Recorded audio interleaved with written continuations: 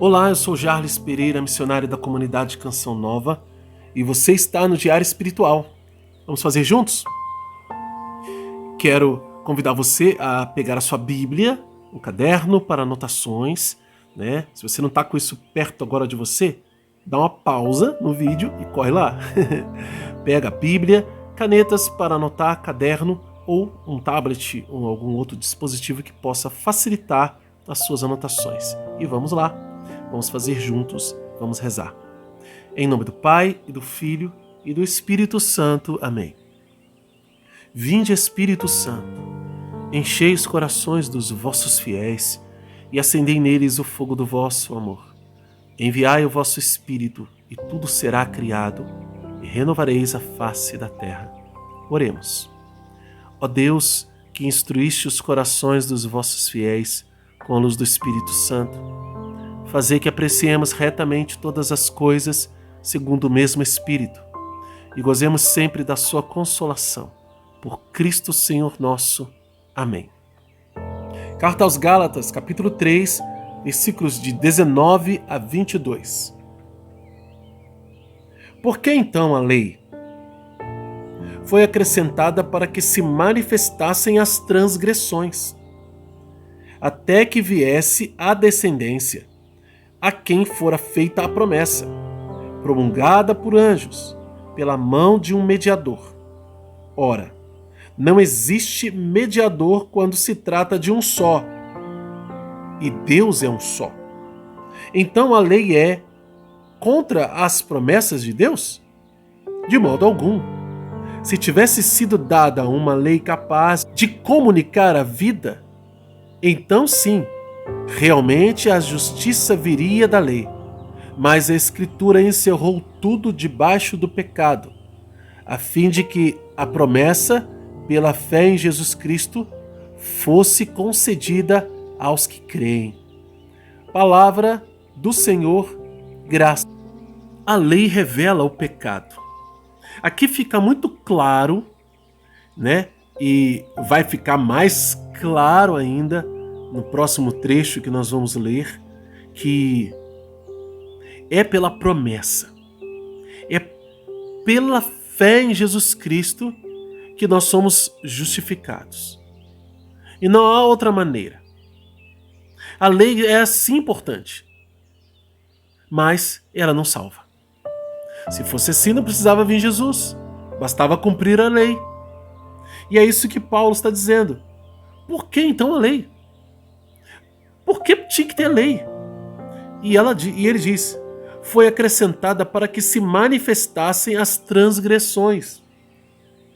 Como o povo seria educado do jeito que Deus queria que eles vivessem se eles não tivessem mandamentos. Não sei se você se lembra, ou se você ouviu, né, ou leu o livro do Êxodo, conhece um pouco mais do Antigo Testamento. Quando o povo de Deus ele está no Egito, ele vai para o Egito pequeno. É Abraão com a família dele e alguns descendentes só, os escravos. Tem muita coisa, eles tinham certa riqueza, mas essa riqueza estava acabando toda, porque estava com uma fome terrível. Eles vão para o Egito porque José está lá, que foi vendido pelos irmãos. Aí tem aquele encontro grandioso entre Abraão, né? Entre Jacó e José, né? Jacó já Israel e José. E Israel começa a morar no Egito. Por quê? Porque José era o governador. Abaixo do faraó era José.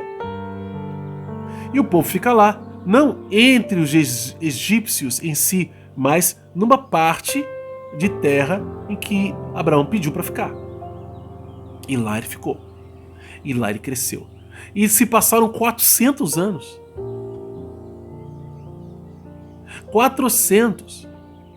Ou seja, mais, né, um pouco de 400 anos, Paulo diz aqui, 430 anos até ser dada a lei.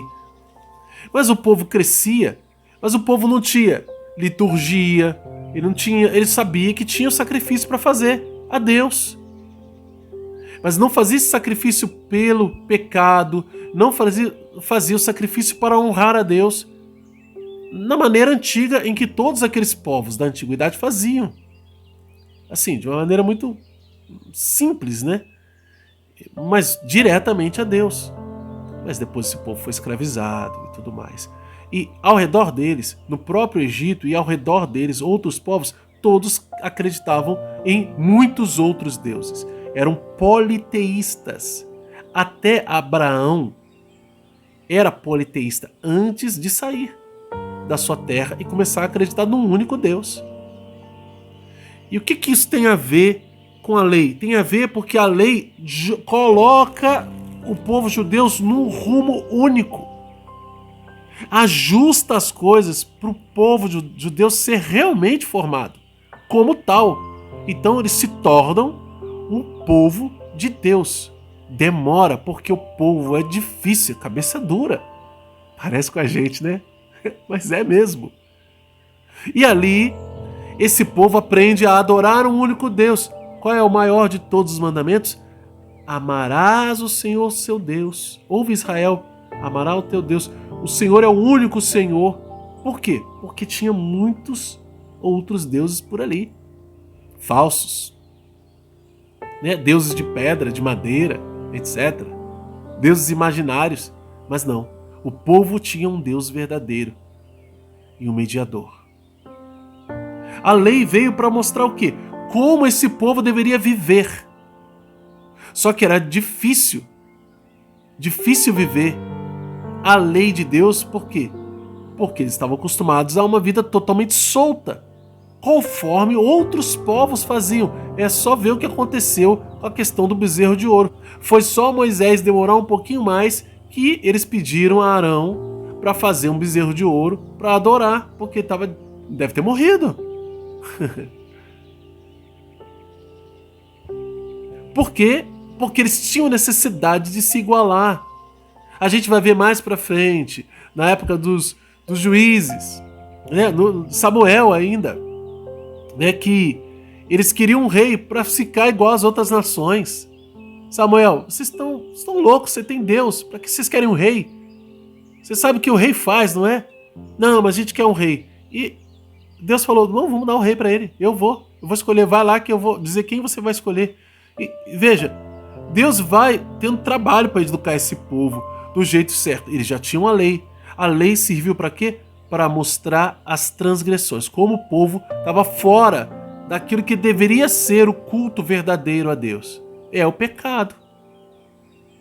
E aí ele vai dizer isso aqui. Foi acrescentada para que se manifestassem as transgressões, até que viesse a descendência. Quem é a descendência? A gente já disse aqui, é Cristo. A quem fora feita a promessa, promulgada por anjos, pela mão do mediador. Porque Moisés não podia ver Deus. Então era algo muito concreto entre as pessoas, né? Porque o anjo ele fala o que Deus manda falar. Por isso que ele fala em primeira pessoa. Mas quem aparece não é Deus, porque não dá para ver e permanecer vivo. Deus falou isso para Abraão. Tô com Abraão nos lábios. Deus falou isso para Moisés. Moisés, não pode, não dá. Você não pode me ver e permanecer vivo. Tamanha grandiosidade de Deus. Tamanha grandiosidade, esplendor. Não dá pra gente imaginar. Bom, por isso é que ele fala promulgada por anjos. Pela mão do mediador. Quem é o mediador? Moisés. Olha que importante, versículo 20. Ora, não existe mediador quando se trata de um só. E Deus é um só. Está falando do quê? Da promessa. Ou seja, a promessa foi direta. Não teve mediador. Então a lei é contra as promessas de Deus? Paulo pergunta. E responde, de modo algum. A lei não é contra as promessas de Deus. A lei é para educar, para que se viva bem a promessa. As promessas de Deus. Mas a fraqueza é tão grande que ela só revelou transgressão. Se tivesse sido dada uma lei capaz de comunicar a vida, olha só, então sim, realmente a justiça viria da lei. Mas a Escritura encerrou tudo debaixo do pecado, a fim de que a promessa, pela fé em Jesus Cristo, fosse concedida aos que creem. Então, a promessa feita a Abraão, pela fé em Jesus Cristo, ou seja, a descendência, que não tem mediador, ela vem direta para ele, ela seja concedida para quem crê, e não por causa da lei. Eu acho que está ficando mais claro cada vez mais a questão da prática da lei com relação à graça. E como essa graça, pela fé, ela é concedida a cada um de nós.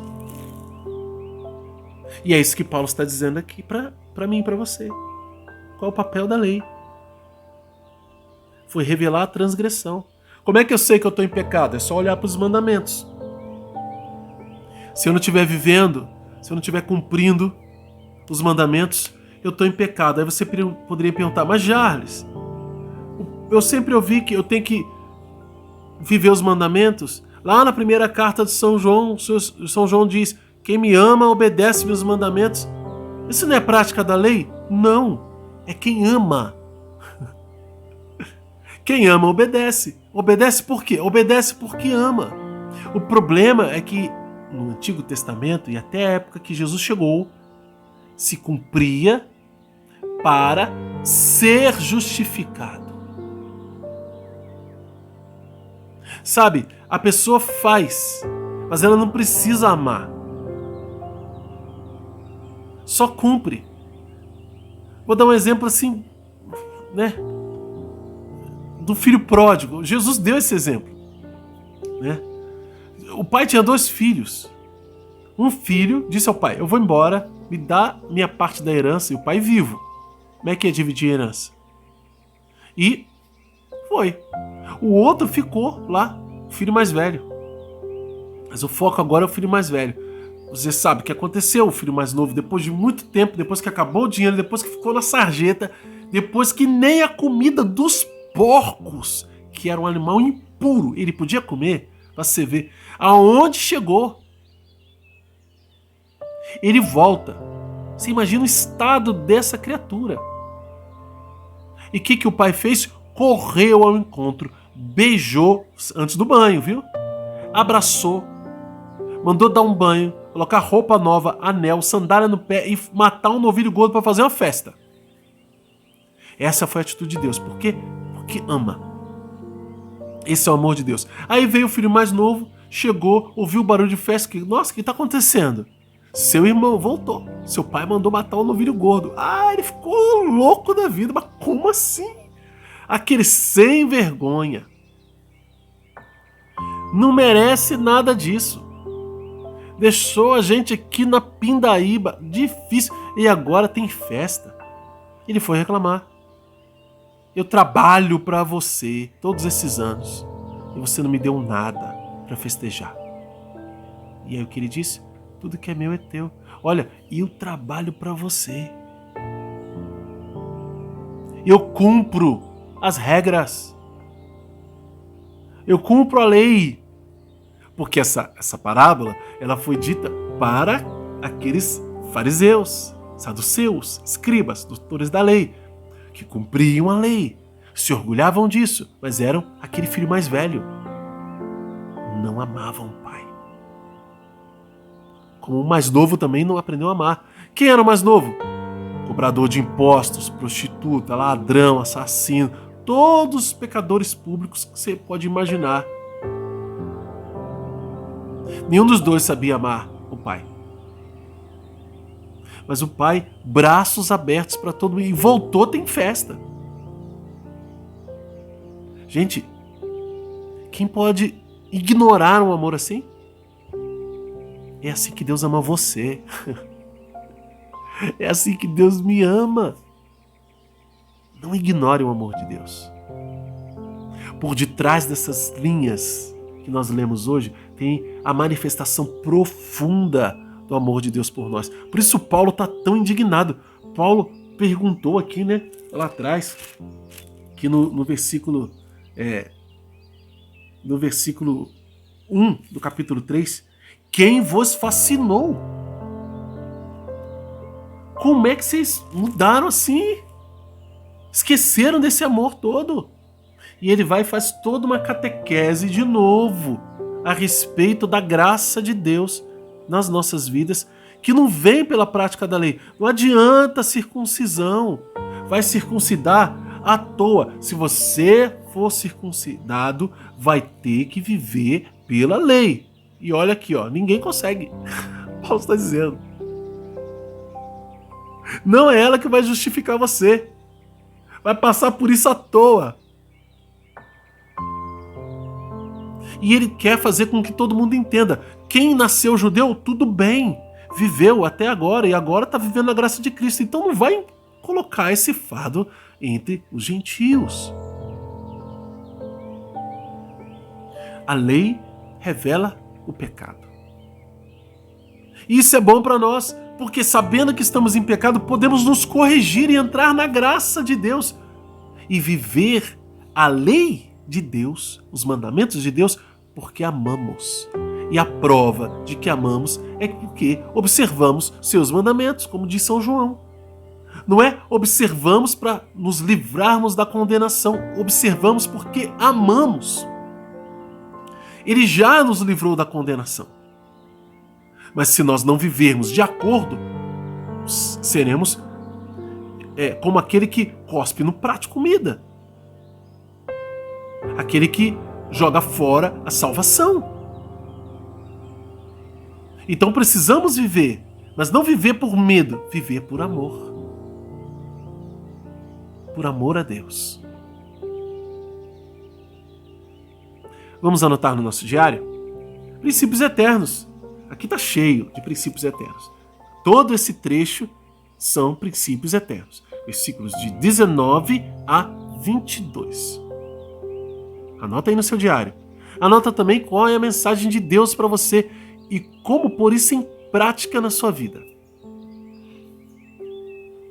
Quem é novo aqui no canal, para aprender a fazer esse método, basta você acessar no final desse vídeo, eu vou deixar a playlist Primeiros Passos no Diário Espiritual.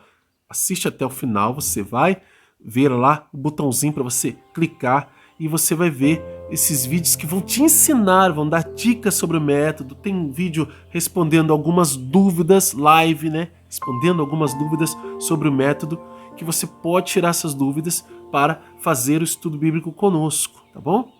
Aproveita, já se inscreva no canal, deixe um like, porque o seu like evangeliza, e não se esqueça de acionar o sino da notificação para receber as notificações. Você pode também entrar na minha lista de transmissão, é só clicar aqui embaixo na descrição do vídeo, tem a lista de transmissão para você, um link que vai te mandar para essas orientações da lista de transmissão, tá bom? Que Deus abençoe você. Ó Maria concebida sem pecado, rogai por nós que recorremos a vós.